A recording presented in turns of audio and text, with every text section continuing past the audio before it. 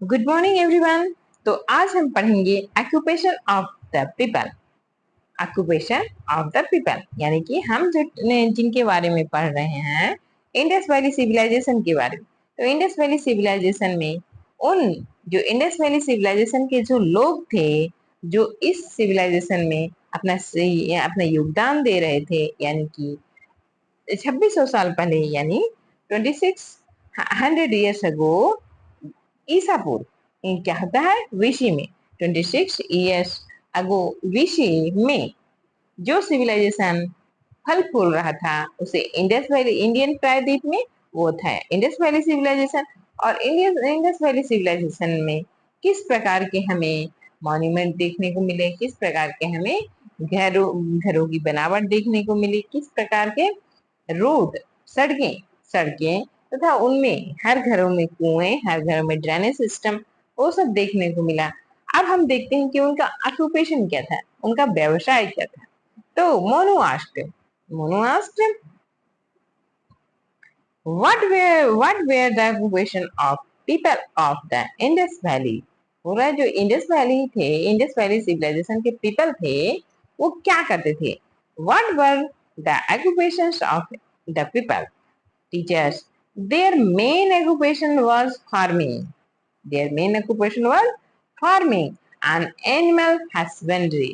पूरा जो मेन उनका ऑक्यूपेशन था वह फार्मिंग था एंड एनिमल हस्बेंड्री था, मतलब पशुपालन था।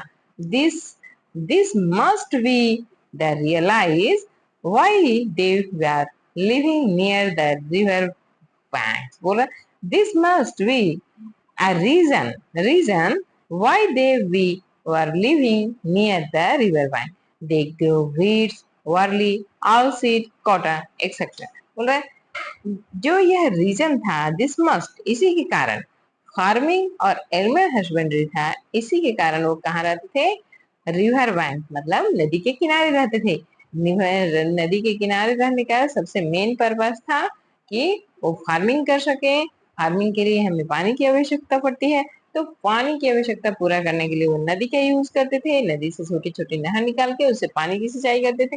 और एनिमल हस्बेंड्री पशुपालन में भी हमें पानी की आवश्यकता पड़ती है। They grow wheat, barley, oil seed, cotton. वे क्या क्या ग्रो करते थे, wheat, barley, oil seed, cotton. There were good craftsman too. वो बहुत ही अच्छे क्राफ्टमैन थे, वो बहुत ही अच्छे क्राफ्टमैन थे। They had knowledge about metal like copper, brush, bronze, tin etcetera. बोल रहा है कि उन्हें मेटल का भी नॉलेज था, उन्हें मेटल का नॉलेज था। क्या क्या मेटल का नॉलेज था, कॉपर का, ब्रश का, ब्रॉन्ज का, टीन का। उन्हें उस समय जब हड़प्पा संस्कृति थी, जब इंडस वैली सिविलाइजेशन था, उस समय कौन कौन से मेटल का डिस्कवर हो चुका था, कॉपर, ब्रश, ब्रॉन्ज, टीन, इन सभी। इसके अलावा भी बहुत सारे मेटल का डिस्कवरी हो चुकी थी। A large number of copper and brass utensil, tools and a statue has been found in the excavation। बोल रहा है कि जो कॉपर है और ब्रश, जो कॉपर है और कॉपर मीन्स क्या होता है, तांबा, और ब्रश मीन्स पीतल। तांबा और पीतल के जो बहुत सारे यूटेंसिल मिले हैं, टूल्स मिले हैं, स्टैच्यू, बहुत सारे स्टैच्यू हैं जो कॉपर और ब्रश से बने हुए मिले हैं। फाउंड इन द एक्सकेवेशन, खुदाई में बहुत सारे यूटेंसिल, टूल्स, स्टैच्यू वो कॉपर और ब्रास के मिले हैं। Because of the use of bronze, it is also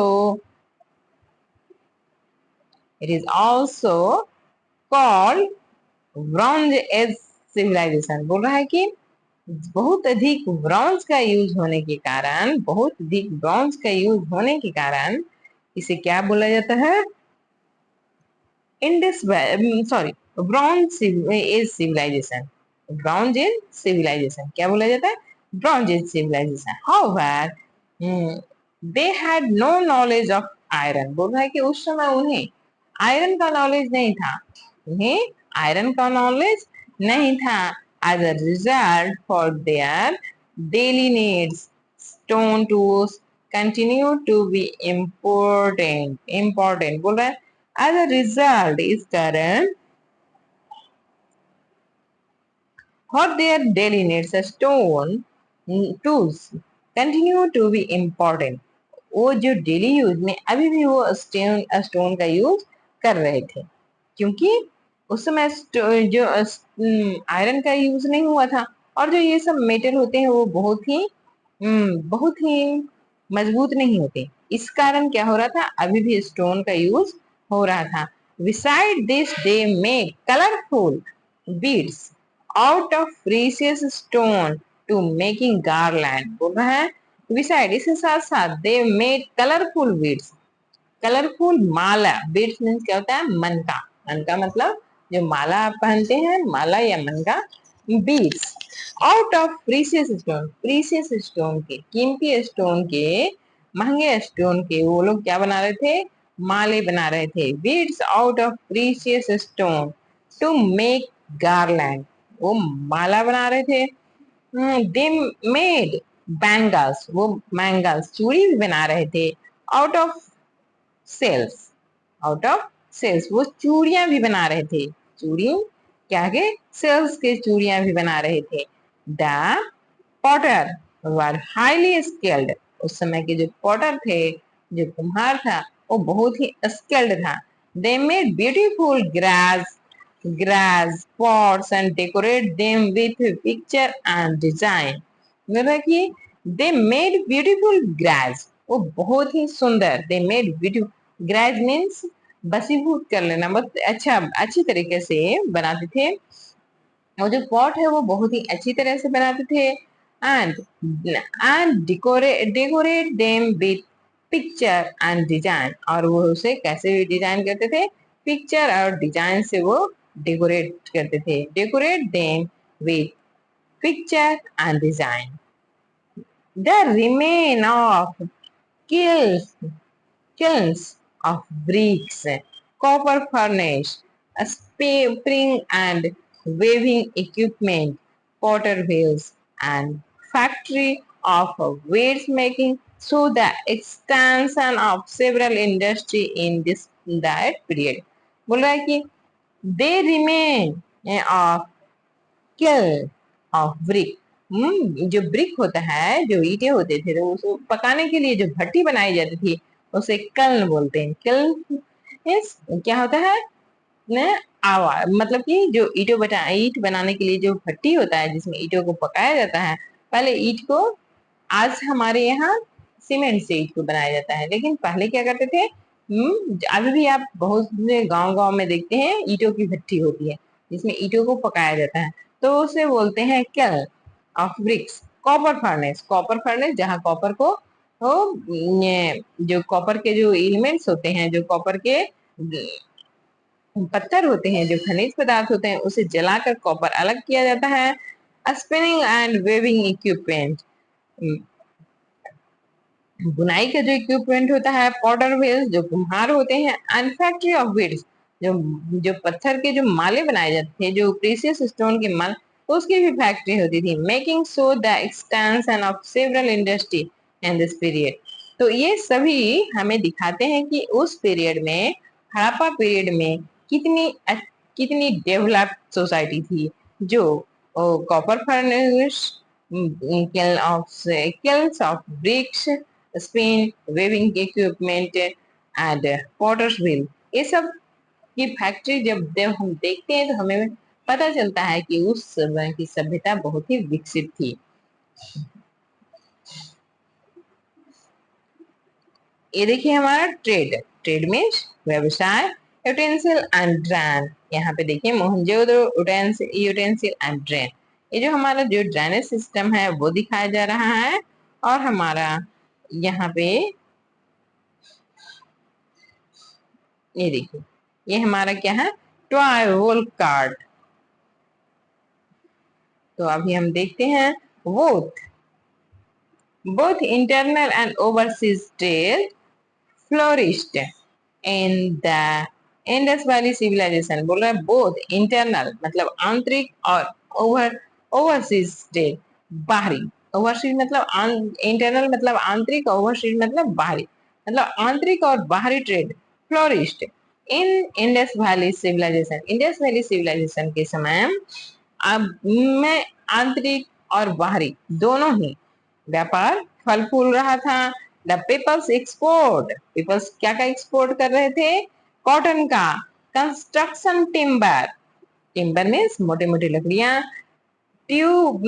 tools of copper, copper के tools, ornament made out of Ivory and stone. Ivory का मतलब आप जान रहे होंगे, आइवरी का मतलब होता है हाथीदार, हाथीदार से वो टूल्स बना रहे थे, Ivory of and stone.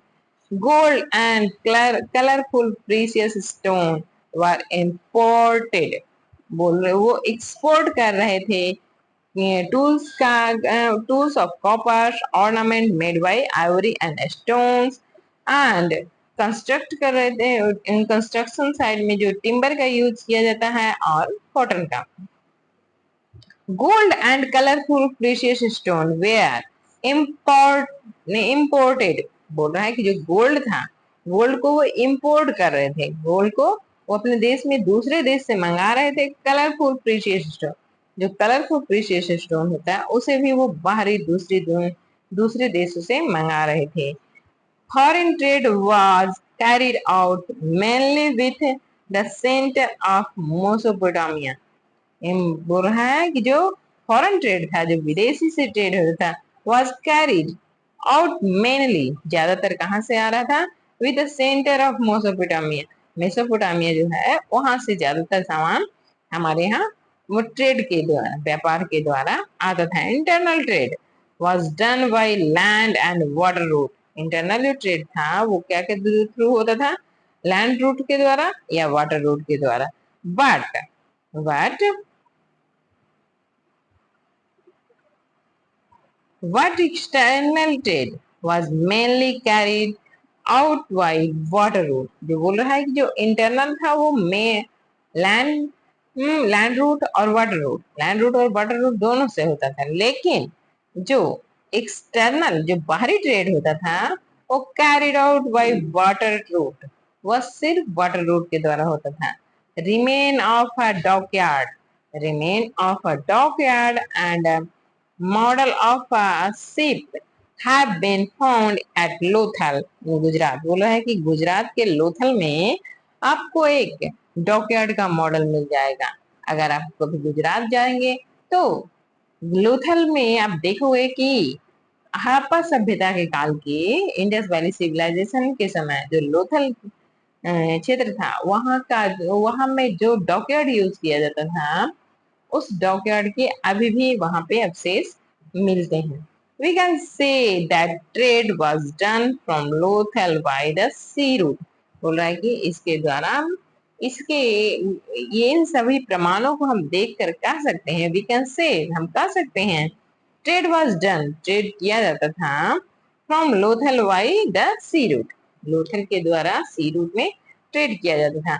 What is a dockyard, मतलब कि तो डॉकयार्ड क्या होता है? Raju ask what is a dockyard.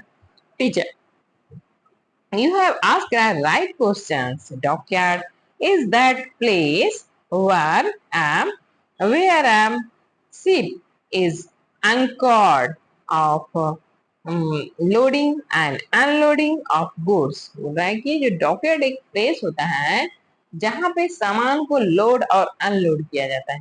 सामान को, जैसे आप देखते हो कि समुद्री जहाज में से बहुत बड़े सामान को जब हम विदेश में कोई सामान भेजते हैं तो वो बहुत बड़ी मात्रा में सामान को भेजा जाता है और बहुत मात्रा में वहां से भी सामान आता है। जो सिर्फ यहाँ से सामान ले जाता है वो उधर से भी सामान भर के लाता है। ठीक है, तो वो इसे क्या बोलते हैं? जो जब सामान को उतारते हैं और सामान को चढ़ाते हैं तो उसे क्या बोला जाता है? लोड करना और अनलोड करना। जब उतारते हैं तो अनलोडिंग होता है और फिर सामान चढ़ाते हैं तो लोडिंग होता है। तो लोडिंग और लोडिंग अनलोडिंग का काम क्या होता है?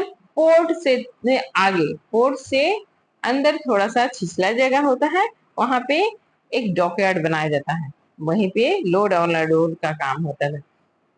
It is smaller from the modern port. बोल रहा है कि जो आजकल जो पोर्ट होते हैं, जो बंदरगाह होते हैं, उससे छोटा उससे छोटा डॉकयार्ड होता है। Lothal can be called port city.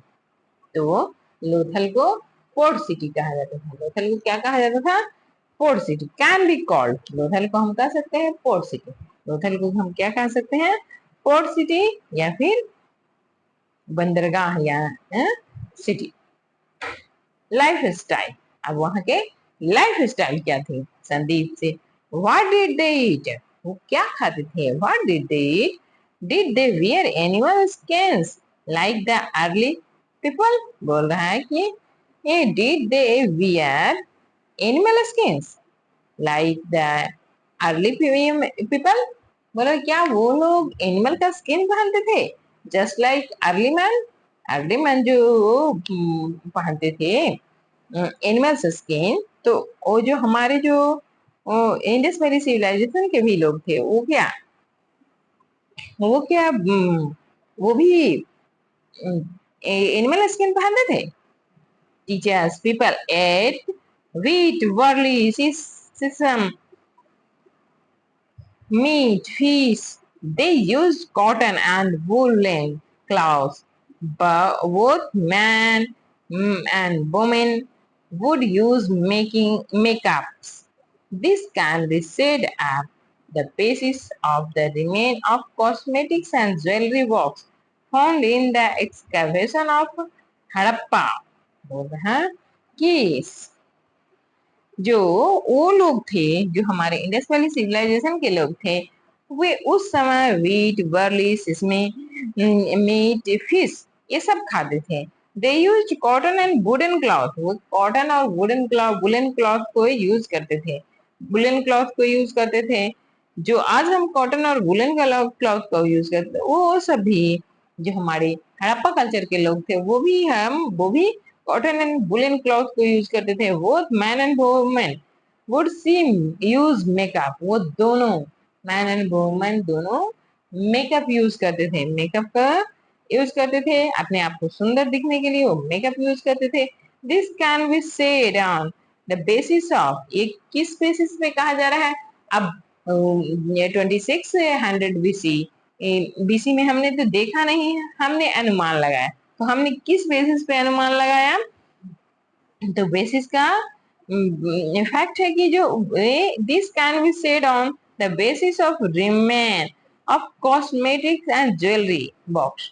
उस समय जो हड़प्पा का एक्सकेवेशन किया गया, एक्सकेवेशन उसमें जो कॉस्मेटिक्स, जो ज्वेलरी बॉक्स मिले, इससे इस कारण हमें प्रतीत होता है कि उस समय कॉस्मेटिक का यूज किया जाता था, ज्वेलरी का यूज किया जाता था। वोमन वोर ऑर्नामेंट, वोमेन्स ऑर्नामेंट पहनती थी, गहने पहनती थी, like necklace, bangle, आर्मलेट, anklet.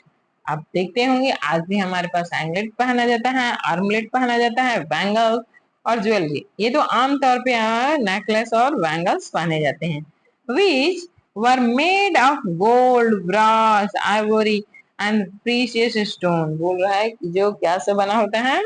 Gold से बना होता है, ब्रास से बना होता है, आइवरी, आइवरी मतलब होता है हाथी दांत। हाथी के जो दांत होते हैं, जो हाथी के दांत आपने देखे होंगे, जो बाहर में दिखने वाले दांत होते हैं, उसे आइवरी बोलते हैं। तो ये अधिकतर हाथियों का इसीलिए शिकार किया जाता है ताकि उनसे हाथी दांत से प्राप्त हो सके। Ivory and precious stone.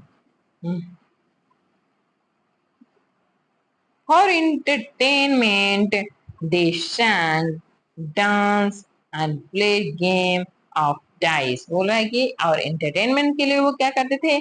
गाना गाते थे, डांस करते थे और डाइस खेलते थे। डाइस मतलब आज भी हम लोग लूडो खेलते हैं, उसमें डाइस का यूज करते हैं, और बहुत सारे गेम होता है जिसमें हम डाइस का यूज करते हैं। तो उसमें वो पासे होते थे, गेम ऑफ डाइस मतलब पासे खेलते थे। Children had clay toy to play with. Children में play toy clay toy बनाते थे, उसे play करते थे।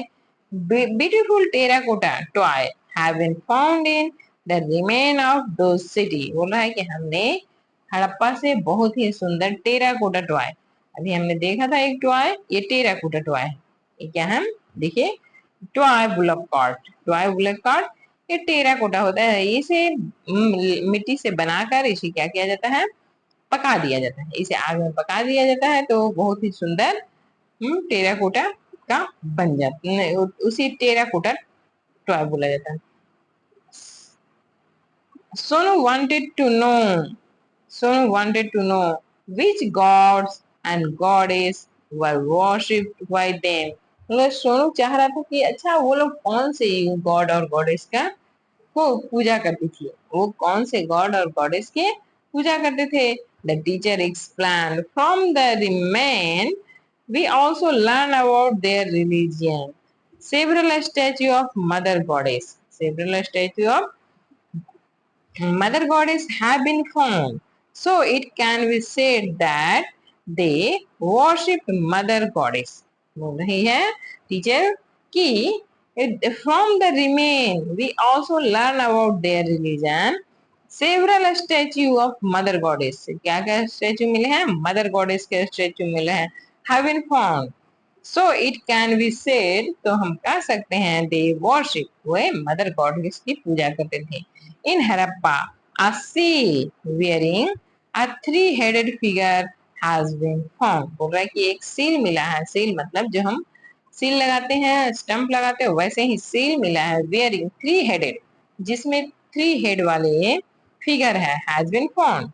It has crown of horn on his head and his inscription of tiger, elephant, rhinoceros and deer. बोल रहा है कि it has a crown, it has a crown, एक crown है, horn on his head, उसके head पे horn है, and his inscription of tiger, elephant, rhinoceros, deer, Shiva, Pasupati, worship today.